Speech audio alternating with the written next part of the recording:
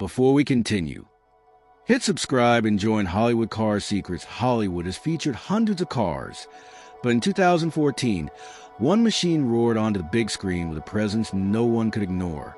The Ford Mustang GT from Need for Speed. A car that didn't just appear in a movie, it ruled it. From the very first sound of its V8, audiences felt something different. This wasn't a polished studio prop. This was a real monster built with real muscle. Ford created multiple Mustangs for filming, each modified for a different purpose. One for high-speed chases, one for close-up shots, one for stunts, and even one built purely for interior scenes with extra lighting for cameras. Every version had a unique identity, yet all of them carried the same aggressive attitude. Hollywood wanted authenticity. No CGI, no fake effects.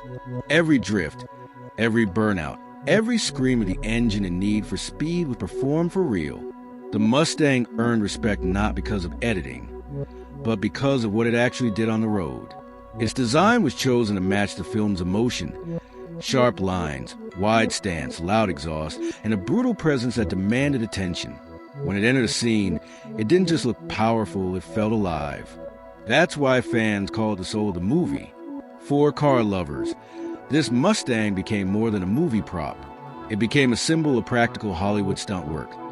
A reminder of the time when filmmakers used real cars, real drivers, and real speed to tell a story.